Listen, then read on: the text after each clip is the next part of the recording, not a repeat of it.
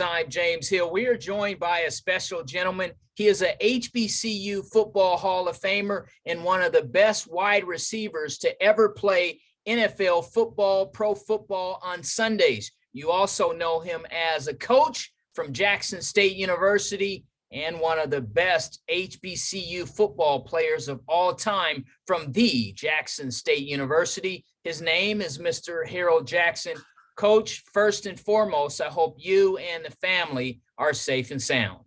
Hey, so far so good, James. I tell you, it's been a hard 2 years, but we've been hanging in here pretty good, though. You know, we've been trying to do what's supposed to be done, so we just hope everybody else do the same. Yes, sir. Now the story begins in Hattiesburg, Mississippi. Take us back to your early days growing up in the hub and what it was like for you and your family. Well, I'll tell you, like I said, you go back to when I grew up there in Hattiesburg, Mississippi, and my mom did not want me to play football. She went out and got me a trumpet, tried to throw me in the band, want me to be in the band and not get out there on the football field. But I was determined to get on the football field, and the coach was determined to get me on the football field because when we was in our PE class, the guy that's on the football team couldn't cover me, couldn't do anything with me. I didn't practice, just at PE. And so they were determined to get my mom convinced that I should be on the football field. And my mom finally gave in, and she had that trumpet. She said, well, hey, he still got to be in the band. So what I would do, at halftime, I would pull my football uniform off and go out and play in the band. I was out there in the band. I was playing the trumpet and never knew a note. I was just faking the bars. That was all. So you were actually out there with shoulder pads on without a helmet, but you had a trumpet in your hands? Yes, I pulled the shoulder pads off. I didn't want to be out there with the shoulder pads on. So I pulled the shoulder pads off and just had a trumpet and just marching and performing in the game. Next stop, the state capital, Jackson State University. Take us into J State in those days. Well, I'll tell you, when I got to Jackson State, here I am, a little guy. I didn't weigh about 149 pounds, 150 pounds when I went to Jackson State. But I was determined to do something that everybody else did think I couldn't do, and that was to play football. Some of the people thought I could play, and I guess that's why I went to Jackson State. And when I got there, they had guys like Gloucester Richardson, all these guys, played, went to the NFL. And when I got there, and I was on the third team. And by 3 games into the season, they moved me to the first team. And so I was wearing a number 21. And the head coach and Coach Bob Hill was the guy. He was my head coach at Rowan, my first year playing at Rowan before I left Rowan and went to Jackson. And so when I got to Jackson State, they wanted me to start wearing 00, which is 00 Soul. That's the name everybody gave me, was 00 Soul. And everywhere I went, that's all the name I heard was 00 Soul. And so when I started wearing that 00, and I went from there, and so all of a sudden now, instead of being on the second team, I was on the first team, and then I ended up getting the SWAC. I was a SWAC athlete for 2 years. And I was also able to get the Pittsburgh Current All-American, and I went to Pittsburgh for a banquet there.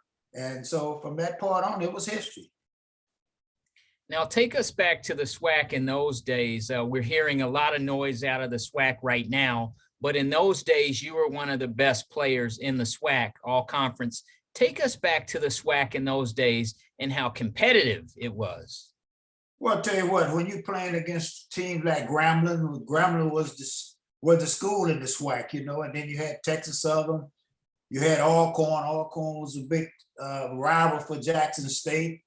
And, at Southern University, Prairie View, Mississippi Valley, where Jerry Rice came from, so there was a lot of competition in the SWAC, and there was a lot of good ball players came out of the SWAC.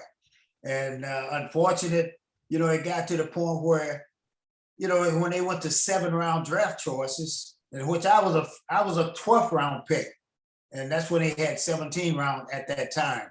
But when they went to the 7-round picks, they kind of ignored the players from the SWAC, and that's the thing that I really hated. I hate to see that those guys get overlooked because there are some great athletes come out of the SWAC, out of HBC schools. Not just the SWAC, but just the HBC school. I think in the last 10 years, you might have had one guy to get drafted from an HBC school. And that's unfair for those kids because they want that same opportunity you give everybody else to go to the NFL. And that's where a lot of kids wants to play. Now, Coach, you alluded to it. Back in the days, the SWAC had powerhouses. You looked at Grambling State University, Jackson State. Several players were drafted, and then a lot of players integrated and went to PWIs. But nowadays, we see a movement, whereas some of the best players in the country are coming back home, so to speak, to HBCUs. And oftentimes, those players are able to really showcase their talents, no matter what field they're on. Can you talk about what you see right now when you look at HBCU football? Well, I look at that too, because there was opportunities for guys to really, showcase themselves in the HBC schools. But that back period of time where a lot of guys felt like they weren't going to get the opportunity, weren't going to get the chance to go to the NFL. And that's where a lot of guys started going to the SEC and the Big 12 and all the other schools because as I was coaching at Jackson State my first year, I had the opportunity to get a running back, and I thought I had this running back. He was a running back almost like Walter Payton type running back, and came from the same hometown Walter Payton came from, was Columbia, Mississippi. And the kid called me and said, Coach, I think I want to go to a junior college because I want to get a chance to go to an SEC school. And that was the problem that the HBC school was having because most of those kids was turning the HBC school down so they can go to a SEC or Big 12 school. So currently we see a trend, whereas Coach Prime, Deion Sanders, he's the guy now at Jackson State, and he actually signed or got a commitment from one of the top players in the country. Talk a little bit about what you see now because guys are starting to come home. Well, I'll tell you what, Deion got a pretty good resume, and he has a lot of people behind him. He had a lot of, Deion's, he talks a great game, and and that's the thing that I like about it because he really go out and let people know exactly how he feel about the HBC school, and he doing one heck of a job, and I feel great for what he's doing because he's bringing recognition to not just Jackson State, but to the HBC schools, and there's a lot of guys, a lot of kids that I keep saying that wants that same opportunity. And I think Deion is bringing that so people can see exactly what's going on. And I know this is his second year at Jackson State. And I'm hoping that people give those young men the same chance they give everybody else in the SEC and the Big 12 schools. Coach Jackson, when you look at gentlemen like Eddie George and Mr. Hugh Jackson going into a Grambling State, and we know Eddie George is the head football coach at Tennessee State University. When we see several key personalities and a lot of gentlemen who are Black men coming back from the NFL, coming back to HBCUs, talk a little bit about that legacy and how special it can be. Well, I'll tell you what, it can be real special because, they bring a lot of recognition from where they came from. And that's the thing that a lot of these HBC schools are now getting. They're getting that recognition. And like they said, that some guys going in hadn't had a whole lot of coaching experience and hadn't been head coaches no place. But, most coaches are nothing but PR guys. Head coaches are PR, but you got to know some football also. But if you get you a good coaching staff and you go along with your experience and your talent on that talent level, I think you have a great, coaching staff because, like I said, we are head coaches are mostly PR guys, and you'll get you a great coaching staff that really get everything performed for you. HBCU student athletes have a great opportunity the Black College Football Hall of Fame is actually putting on a all-star game, if you will, in New Orleans coming up in February. Can you talk a little bit about the Legacy Bowl and why that's important for you guys to reach back and pull up the next generation of gentlemen who definitely want to play on Sundays? Well, you know what? My hat's off to James Shaq Harris and Doug Williams because they have really spearhead a lot of this, because they know there's a lot of kids being overlooked in the, HBC schools could have the same opportunity to go and perform in the NFL. And so I'm so thankful that they getting that opportunity to showcase their talent and let the scouts come and see and take it from there. All they want is the chance, and that's what they get it now. And that's a great tool for those kids coming out of HBC schools. 12th round, 1968 NFL draft. The Los Angeles Rams select Harold Jackson out of Jackson State University. Take us back to that and what it was like for you personally, and what it was like when you got out to Los Angeles. Well, I'll tell you what, when I left home, I said, I'm taking everything I own, everything I got. I told my mom, I'm taking all my clothes because I'm not coming back, And that's what I was determined to do, because when I went to the Rams, as a rookie, you go out there, you got guys like Merlin Olsen, Deacon Jones. They've been in the league probably about 10 or 15 years almost. And so when we come in and we weigh in on Friday mornings, they would take a 10-pound weight to put in my shorts so I could weigh 165 pounds. And, and the players would sit back and everybody started laughing. And the coach that does the weigh-in on Friday morning, he tried to figure out why is everybody laughing. He never known that they was putting a 10-pound weight in my shorts so I could weigh 165, because I didn't weigh about 155 pounds soaking wet when I was with the Rams. But when I hit that field, I tell you what, I had respect to all the veterans, because at that time, like I said, when you go in on dinner and your breakfast and lunch and whatever, the rookies have to pick up the trays of the veterans and take them up and put them up and then they had to sing in the evening after practice, But I would tell you what, I was one of the players, never sung, never picked up nobody's tray, nothing, So I had that much respect with those guys, because when I hit that field, I was working and I was determined to make that football team. And so thank God he saw fit, and that's what happened. When you put that helmet on and you had the stripes of the Ram on your helmet and you put on that jersey, 29, Harold Jackson, 00 Soul, you put on that jersey with the stripes on your shoulders. Take us back to that feeling, what that was like for the very first time. Well, I'll tell you what, it was a great feeling. Like I said, when I first put that jersey on, and which I didn't have 29. The first, as a rookie, they gave me a 48. I had a 48 instead of 29. And so I was with the Rams only just my rookie year. But the veterans, they respected me to the point where I feel like I should have been with the Rams, but the Rams traded me to Philadelphia. So when I went to Philadelphia, they wanted me to wear 29. And 29 because I think Tommy McDonald was there. I think Tommy McDonald had 25 or 29, but he was a small receiver, and they wanted me to wear that 29, and that's how that 29 got stuck. And I started wearing 29 when I was traded to Philadelphia. And that 29 stuck with me until I retired. What was it like to play for the Eagles in the city of brotherly love, Philadelphia, where the fans are right on top of you, some of the most passionate fans in the country, and then you bring in Mr. Carmichael from Southern University? Well, I'll tell you what, I had a great experience in Philly, and that's where I really got my start in Philadelphia. And the fan was great to me.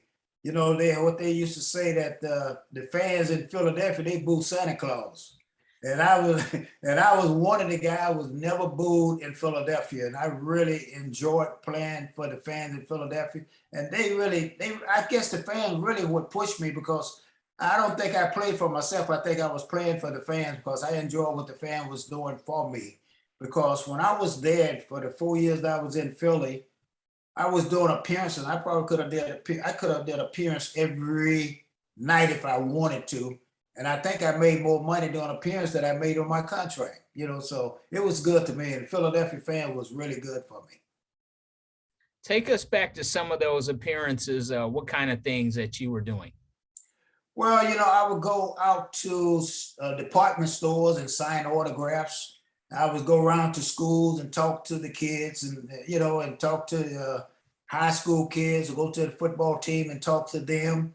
And, just the opportunity to go to different functions and really speaks to a group of businessmen and stuff. So it was a really good relationship that I had with car dealerships there. I would go to the car dealerships where they have the big displays during the years of your first year of cars coming out. They would bring me in to sign autographs, and they bring the fans out, and the fans just enjoyed it. We had a good time doing it. Now, going into Philadelphia, as you had grew up in Mississippi, now you go from a warm climate to a cold weather climate, and there's a lot of snow. Take us back to those days and what it was like to play in snow, ice, rain, mud, any condition. It was time to play football. Well, I'll tell you what, coming from a small town like Hattiesburg, we hardly ever saw any snow. It always was warm and hot there, and going to Philadelphia, but you always have to adjust with whatever. And so that was one of the things I just had to adjust to it, but I didn't like it, but I had to do it because that was my job. And I know there were many days that, like now it's really easy for you to go there and practice now because you got the domes. You don't have to worry about going out in the snow and all that. You got inside facilities. And back during the days when we was playing, didn't have the domes. We had to go out on the football field out there and practice. And sometimes the field is ice, sleet, and snow, and you can't really run. You're just shuffling along because if you just really go out and run, the only thing you're doing is slipping and slide. But we had to practice. Harold Carmichael, who is a Pro Football Hall of Famer and also a Black College Football Hall of Famer, and just like you are, can you talk about what it means to you to be a Black College Football Hall of Famer? Well, I'll tell you what, it's a really honor, and so I really, really, really feel really good when they said that, hey, you're a HBC Hall of Fame, so I think I'm a Hall of Fame in every field but the NFL Hall of Fame, because I'm in Jackson State Hall of Fame.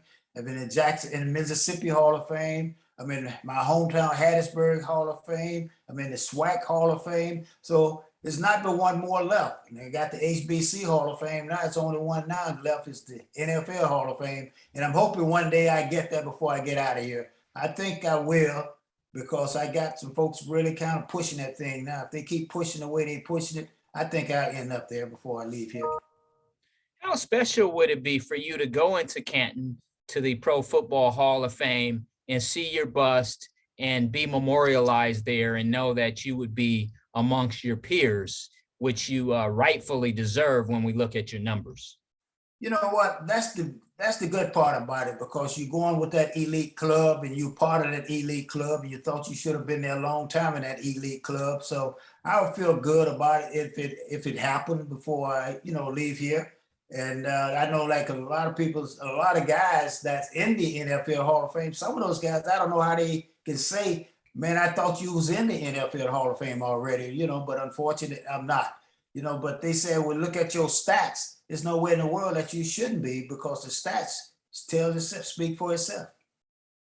Okay, after Philadelphia, the phone rings and you return back to the West Side, back to the Southland, and it's back to the LA Rams. Take us back to the Rams for part 2 and what it was like, and take us into the Rams again.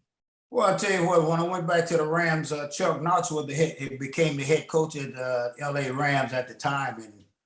And Chuck came in, and Chuck also brought in a quarterback named John Haler. And John Haler came in also at the same time I came back in 1973. We put a team together. Chuck Knox put a team together for 5 years our worst season was probably 10-4. Our worst season was 10-4, and everybody always asks me about what game time you think about that really brings your mind back to one particular ball game. And I tell you, one ball game I think everybody in 1973 against the Dallas Cowboys when I had 4 touchdowns. I had 4 touchdowns against the Cowboys in the first half. I had ended up with 7 catches for about 238 yards and 4 touchdowns. And so that's a game that I already remember because Chuck Knox told us that we had done enough for that day. And at halftime, the score was 31-7. So Chuck thought it was enough. That was it. They always call Chuck Knox 3 yards and a cloud of dust. We just started running the ball. And I tell you what, before that ball game was over, that game ended up 37-31. And Chuck Knox said he'll never do that again. If he killed a gnat with a sledgehammer from that point on, if we'd have kept throwing the ball, I might have had another 3 touchdowns in that game, so end up with 4. So, but fortunate enough, we won the game, but I could have had maybe 2 or 3 more touchdowns in that game. Next stop, the Eastern Seaboard, New England, the Patriots. Take us into the Patriots way and what that was like for you. Well, I'll tell you what, when I went there, when I was traded to the Patriots, we had played the Patriots, matter of fact, a week before I got traded to New England. I think when we played them here and they went to the Raiders and Darryl Stingley got hurt that game, that same week he got hurt. So when he got hurt, matter of fact, the Patriots was trying to get another receiver, so they ended up trading for me. So I went to New England, and which it was a good move because I was able to play with Stanley Morgan and Steve Grogan, those guys, so I really enjoyed that because Stanley Morgan and I probably was the first 2 receivers have 1,000 yards in the same season on the team. We both ended up with 1,000 yards. We went in some ball games. I was looking at a clip the other day. Somebody sent me a clip the other day where we played against the Jets or someone, whoever we played. Steve Grogan threw for 5 touchdowns. Two touchdowns went to Stanley Morgan and 3 went to me. And that's the way we played it, So we didn't worry about it because as long as Stanley was on the field and I was on the field, we wasn't going to get double covered because they don't know who to double. So somebody's going to be free all the time. So Stanley was the young guy and I was the old man. So they doubled Stanley mostly, and that's how I ended up with 3 touchdowns. And that's the way it went for 4 years. I was at New England almost.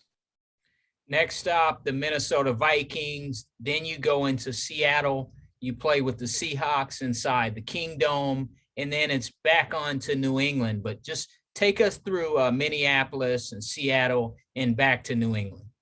Well, you know what? When I went to Minnesota, I think Ahmad Rashad was playing with the Vikings, and Ahmad Rashad got hurt. And so the Viking was, matter of fact, in the playoff, they weren't in the playoff, but they was headed to the playoff. So they bought me, and I went to Minnesota for like 2 ball games in the regular season, and I played 2 ball games in the playoff. And so that was probably the reason I went there. But I was almost retired at that time.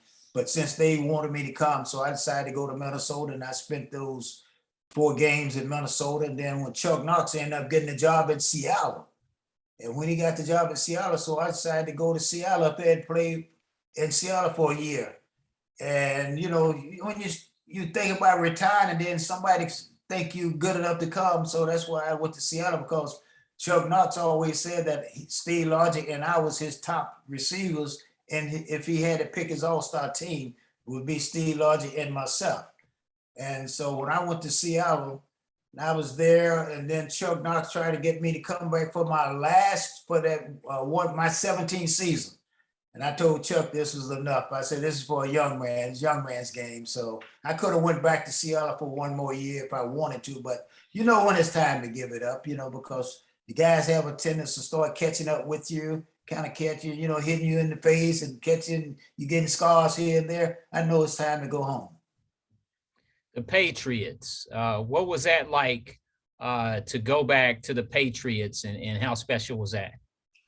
Well, when I went back to the Patriots as a coach, and Raymond Berry called me, and when Raymond got the job, I called him and congratulated him when he got the head coaching job at New England. And so when I congratulated him, he said, "Well, hey, well, give me your number. Where you gonna be when the season over?" I said, and I was kind of hesitant in giving it to him because I kind of knew what he had on his mind because when I coaching was the last thing I wanted to do because I used to see the coaches in the office. Coaches never went home. You know, as a player, I couldn't take that because I said, man, I got to go home. I can't stay in this office 24/7 almost, you know. And so when Coach Raymond Berry called me, I was visiting my parents in Hattiesburg. And so I told him, I said, well, Coach, I'm in Hattiesburg. I'm getting ready to head back to LA. When I get to LA, I give you a call. He said, when you get to LA, give me a call. So when I got back to LA, I had a contract in my mailbox when I got here, a contract.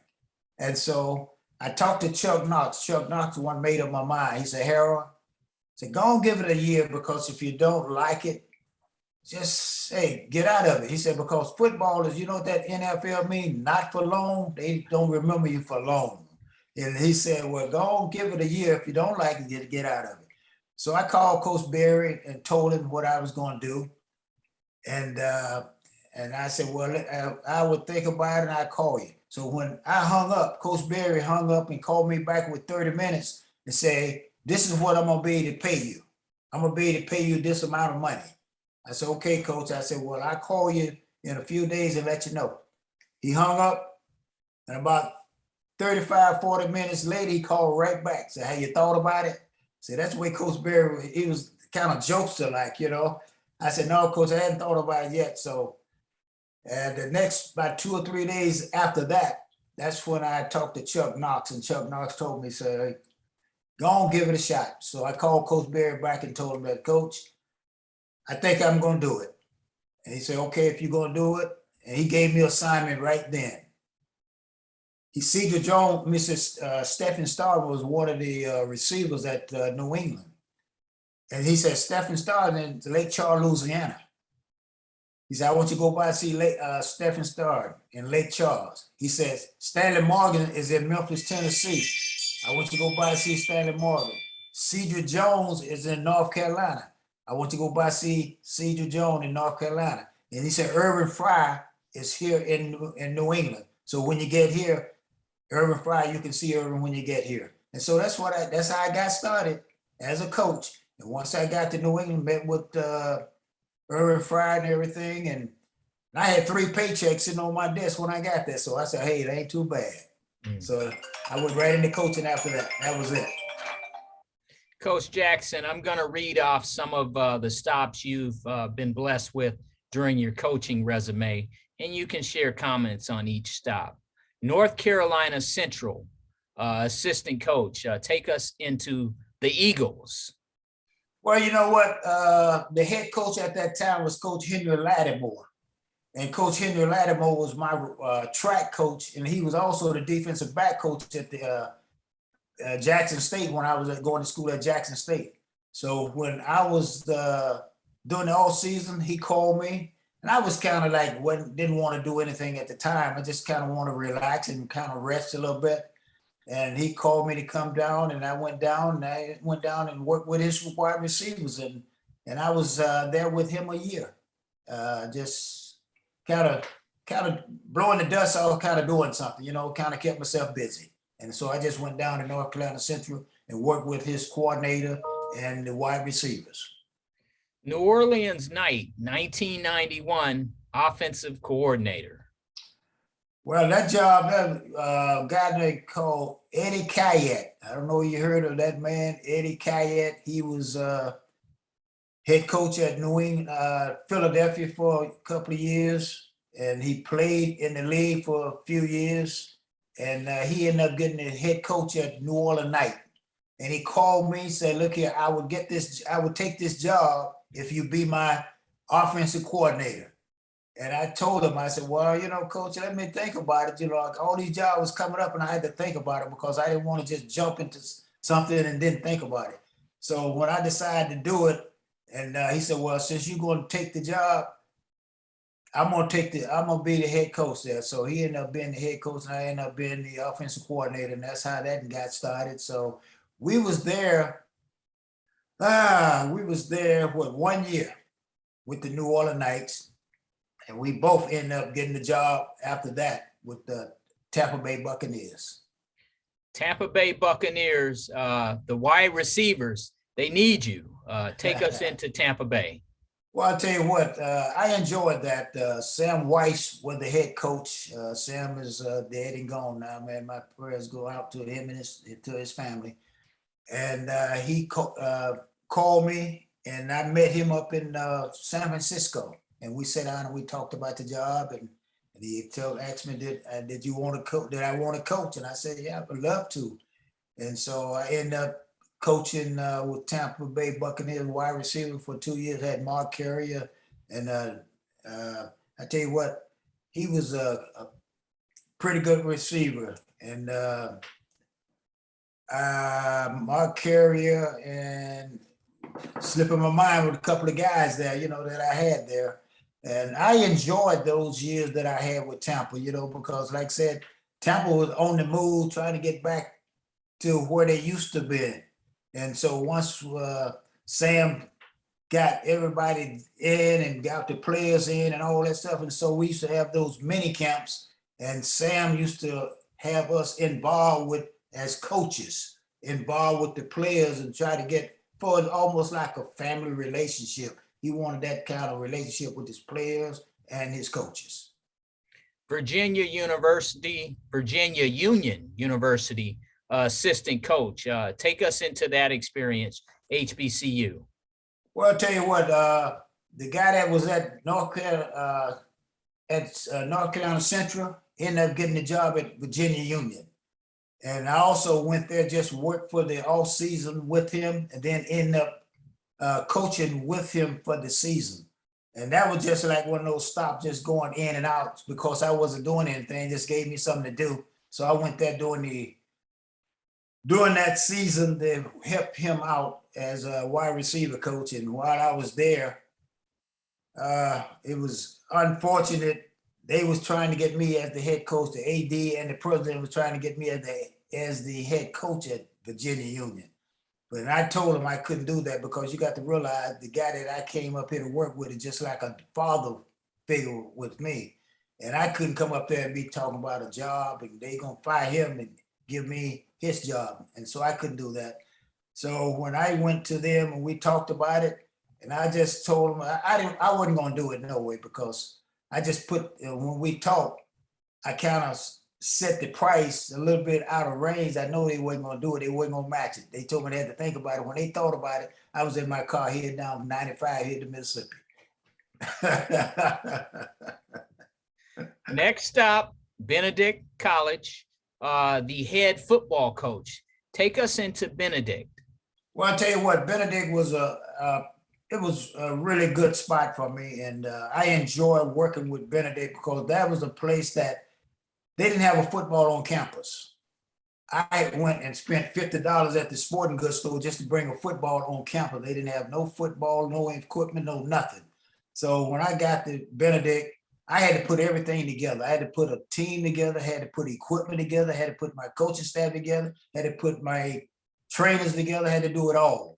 So when I got there, man, I was rolling for about 2 weeks nonstop. Didn't really get no sleep, no rest, no nothing. But we got it together though, and I went out and got my coaching staff together. I had my defense coordinator was Julius Adams. Julius Adams played, and we played together at New England. Then I brought in Robert Weathers. He was the running back at New England when I was there. He was my offense coordinator. And so we kind of bumped our head together, and we got a pretty good team.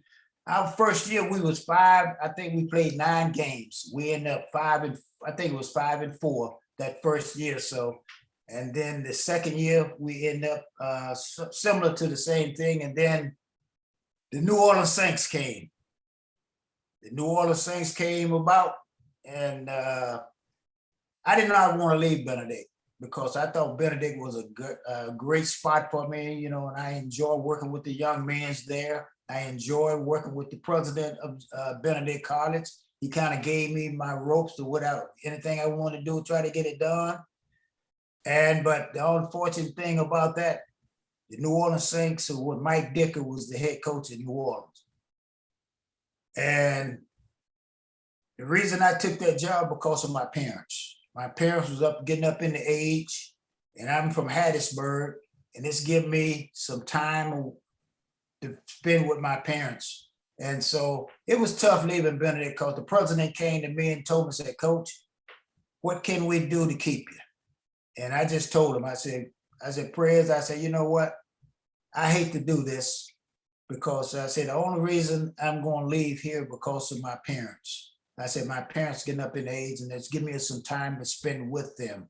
And that's why I left Benedict College at the time. And I hated to leave because it was still a growing process and we was on our way doing a pretty good job. But unfortunately, something came along that it kind of weaned me away from there and gave me a chance to spend some time with my mom and my dad because, like I said, we practice on Fridays. We're done about 12 o'clock. And I used to get in my car and drive to Hattiesburg from New Orleans, which would take me about an hour and 35, 40 minutes to drive to Hattiesburg. I leave there at 12, 2 o'clock, I'm in Hattiesburg. 10 o'clock that night, I'm on the highway going back to New Orleans. I'm back in New Orleans at my apartment from 10 at 12 o'clock. I'm back there. So I did that probably for 3 years, going back and forth to Hattiesburg, you know, get a chance to visit my parents. And when we had some time off, I'd go home, spend time in Hattiesburg. So I enjoyed that because, like I said, my parents was getting up in age, gave me time to spend time with them. Next stop, Kentucky, Wildcats, Southeastern Conference football. Everybody talks about the SEC. Take us into Kentucky. Well, I'll tell you what, when I went to Kentucky, Guy Morris was the head coach at Kentucky. And Guy Morris and I played together. And so matter of fact, he was playing when I was coaching at New England also. And so we knew each other pretty good. We were just like I said, just like brothers almost, you know. And so he had called me and asked me about joining his staff. And so that was another time I had to think about it because I didn't know whether I wanted to get back into coaching at that time.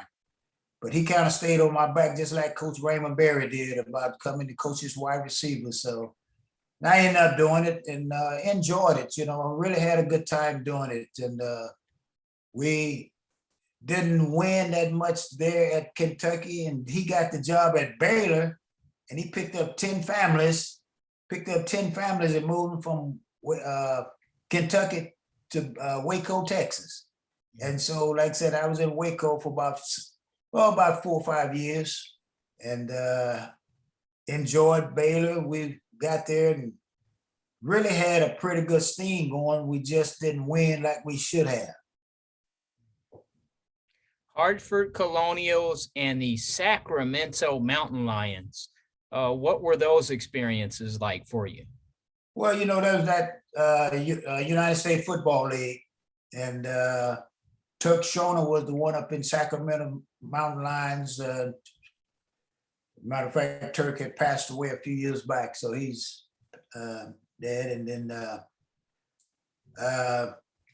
Jerry Glanville was up in Connecticut, Hartford, Connecticut. Jerry Glanville, the head coach there. We never got on the field up there because of the insurance.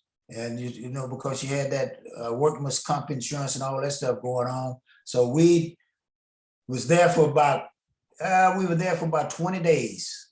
And the only thing we did was eat and walked in the restaurant, just pulled the chairs out the way and just did some walking. And then they end up shutting that down. So we never really got on the football field. So that was an experience that I worked and made some money, didn't even hit the football field. So it was good. As Coach Prime would say, I love Jackson State. Take us into Jackson State University and what that experience was like for you personally to come full circle, because you were there as a student athlete and then you went to pro football. Now you're able to come back home, so to speak.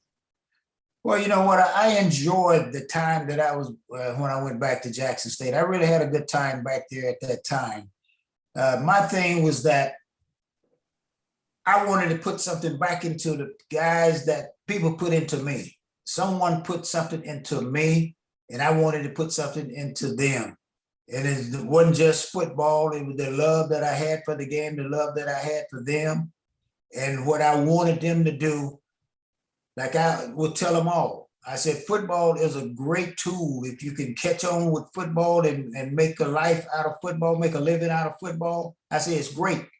I said, but what I'm here for is for you to get that education, your degree. And that was one of the things that I always fought for, is you get your degree. Because when I left Jackson State, in 3.5 years, I had my degree. If I didn't make it in football, I had something to fall back on. And that's one of the things that I wanted these kids to put in their head. It's only so many of us can play in this game. Everybody can't go to the NFL and play. So if you feel you can't go to the NFL, get that degree, and that's something that can't nobody take from you. They can take all this other stuff away from you, but they can't take that they can't take that degree from you. And that's one of the things that I preached about when I was at Jackson State. It is just unfortunate. When I was there, you know, you got to have everybody on the same page. And I don't think we was all on the same page when I was at Jackson State. And I just felt like it was, you know, it's time for me to move on, you know, to higher ground, if you want to say. But I was in the stage of retiring anyway at that time. So it was a good time when I was there, and I enjoyed working with those young men that I had at the 2 years that I was there. I really enjoyed that. And they really thought that by me being there, you know, sometimes some players, they think they know everything.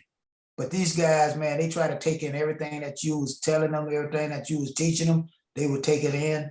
And we done a pretty good job while we was there. Coach Jackson, when you look at Jackson State University now and you see what Coach Prime is doing, and that particular team was able to win the SWAC championship, and that particular team was able to go to Atlanta to the HBCU National Championship game, the Celebration Bowl, and they look forward to coming back next year and competing. When you look at Jackson State University, what do you see? Well, I'll tell you what, I'm so thankful that we have Deion Sanders at Jackson State, because Deion Sanders had really, not just Jackson State, Deion Sanders had brought the recognition to the HBC schools, you know, because HBC schools have been overlooked a lot of years.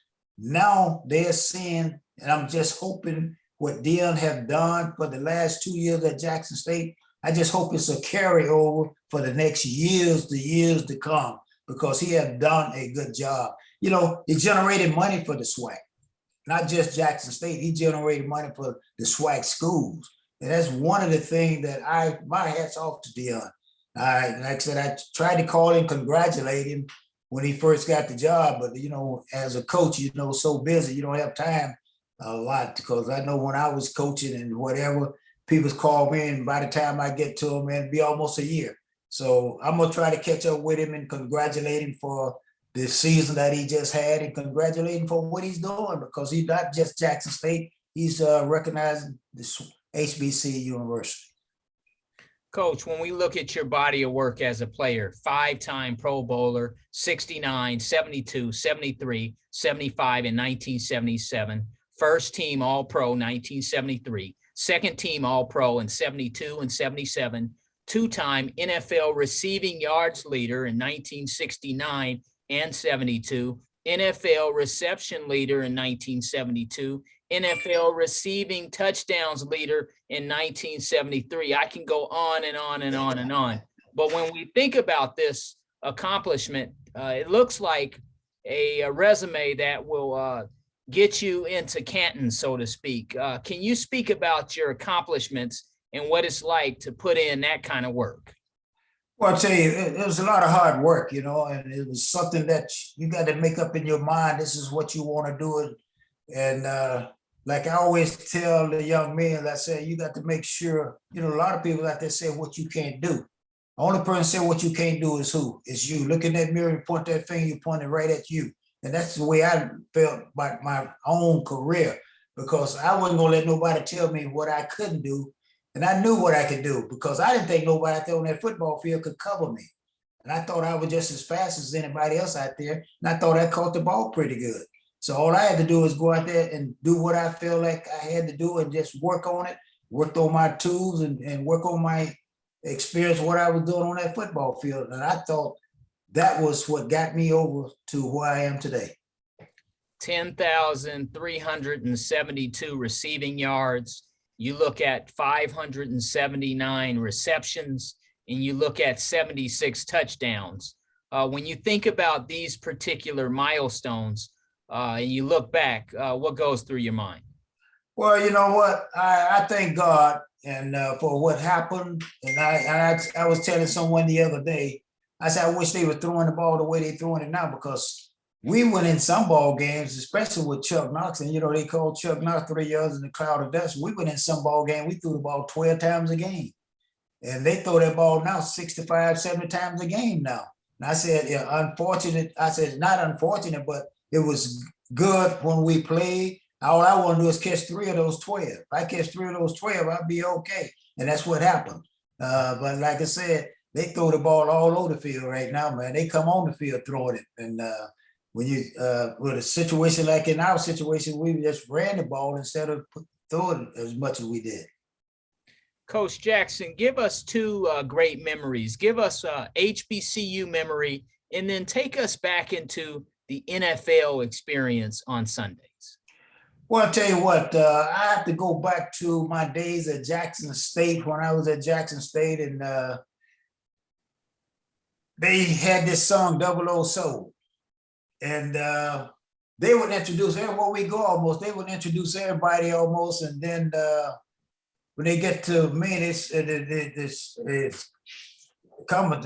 loudspeaker come on and say, are you ready for start time? Are you ready for showtime? Your choice, my choice, the world's choice, Agent 00 Soul. And when they say that, and then the band started playing Agent 00 Soul, baby, then I come out prancing like, I said, oh, they just making a fool out of me. But those were some good old days, though. I enjoyed those days, though. It was fun. It was fun while it lasted. The NFL, take us into one of your favorite memories from the NFL. Well, like we talked about earlier, probably getting drafted by the Rams. Getting drafted by the Rams is probably one of my favorite times. And another favorite time where everybody I talk to or see or whatever they bring up to me, we talked about it early, when I had the 4 touchdown against the Cowboys in the first half. And so they said it's not too many guys had 4 touchdowns in one half. And I might be the only one. I say I'm going to try to research that and see. I know guys had 4 touchdowns, but not in one half. I'll find out. All right. Well, folks, there you have it from 00 Soul, Harold Jackson, the super duper Pro Bowler 5 times over. He's a HBCU Black College Football Hall of Famer. He's in all the Hall of Fames in Mississippi. He is a SWAC great, a NFL great, a former coach, and a coach for the game of life, and a winner in the game of life. I'm James Hill. You're watching BNC Sports. We'll be right back.